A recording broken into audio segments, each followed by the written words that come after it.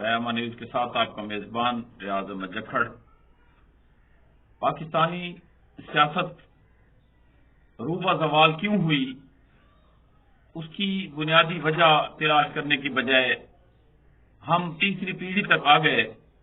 اور موروثی سیاست کو قبول کرتے ہوئے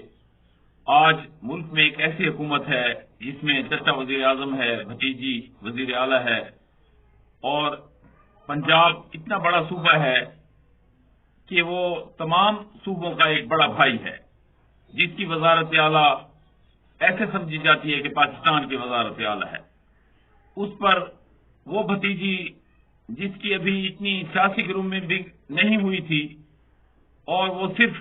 موروثیت کی بنیاد پر اپنے والد کے ساتھ کام کرتے ہوئے یہ جانتی تھی، اسے وزیر اعلیٰ بنا دیا گیا۔ اب ملک میں حکومت قائم ہوئے کئی دن ہو گئے ہیں، لیکن گزشتہ دنوں بھی اگر اسمبلی میں بل پاس ہوئے تو وہ بل آرڈیننس کی شکل میں سامنے لائے گئے۔ باقاعدہ قانونی شکل دینے کے لیے اسے لانا چاہیے تھا، کیونکہ پہلا اسمبلی کا اجلاس تھا تو وہ وہاں سے پاس ہوتے تو ان کی ایک بہتر شکل ہوتی، لیکن چونکہ صدر آصف علی زرداری ان کی کولیشن گورنمنٹ میں ہیں تو انہیں یہ یقین ہے کہ یہ آرڈیننس پاس ہوتے جائیں گے اور ہم اسی طرح گزارا کرتے رہیں گے۔ تو یہ تو دنگ ٹپاؤ پالیسی ہوئی، یہ نہ ملک میں معاشی انقلاب لا سکے گی،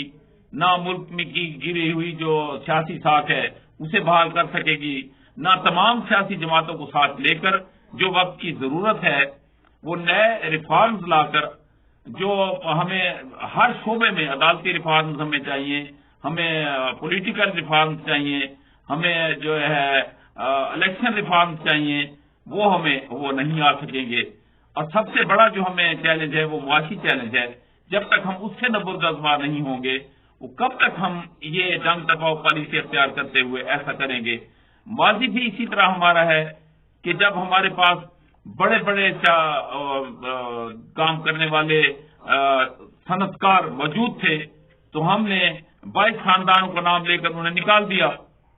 اور ان کی جگہ جب ہم نے روٹی کپڑا مکان کے نام پر جاگیرداروں کو لا کر اس اسمبلی میں بٹھایا جو آج تک موجود ہیں، تو وہ صنعت کار غائب ہو گئے، آہستہ آہستہ چھوڑ کر چلے گئے، ان کی صنعتیں چھین لی گئیں، اس کی جگہ جاگیردار کو یہاں لایا گیا جو آج تک قابض ہے، لیکن وہ خاطر خواہ رزلٹ نہیں دے سکا۔ یہ ضروری نہیں ہے کہ آج ہم انہی صنعت کاروں کو دوبارہ لائیں، لیکن ان 22 خاندانوں سے 220 خاندان بن گئے ہیں، اشرافیہ کی ایک چھوٹی سی شکل موجود ہے، دولت انہوں نے سمیٹ لی ہے، ملک غربت کی اتھاہ گہرائیوں میں چلا گیا، اور اس وقت پاورٹی لیول جو ہے 10 کروڑ جو ہے ہمارا شہری وہ اس میں چلا گیا ہے، لیکن ہم نے پھر بھی سبق نہیں سیکھا۔ اب ہمیں ہوش کے ناخن لینے چاہیے، ہمیں سبق لینا چاہیے، اس اسمبلی کو کم از کم اتنا بااختیار بنا کر تمام جماعتوں کو ساتھ لے کر چلتے ہوئے، یہ نہیں کہ جیسے تحریک انصاف کی سیٹیں چھین لی گئی ایک ٹیکنیکل بنیاد پر، ان چھوٹی چھوٹی باتوں کو ختم کرنا ہوگا، مل بیٹھ کے فیصلے کرنے ہوں گے، تب جا کر ہم ایک معاشی انقلاب لا سکتے ہیں، ورنہ اسی چکی کے 2 پارٹ میں یہ عوام پستی رہے گی۔ آج 10 کروڑ عوام غربت کے لکیر کے نیچے ہے، کل اس سے زیادہ چلی جائے گی تو ہم کیا کر سکیں گے؟ پھر ہمارے پاس کوئی راستہ اور چارہ نہیں ہوگا۔ ہم نے ان نوجوانوں کو روزگار دینا ہے جو نوجوان اس وقت پورے سسٹم سے ناراض ہیں، وہ سسٹم کو درست چاہتے ہیں، اس لیے ان کی بہتری کے لیے اس اسمبلی پر ذمہ داریاں دیگر اسمبلیوں کی نسبت زیادہ بنتی ہیں، اور ہمارے یہ 25ویں وزیر اعظم بہتر سے بہتر خدمات کر کے اپنا نام قوموں کے ساتھ میں روشن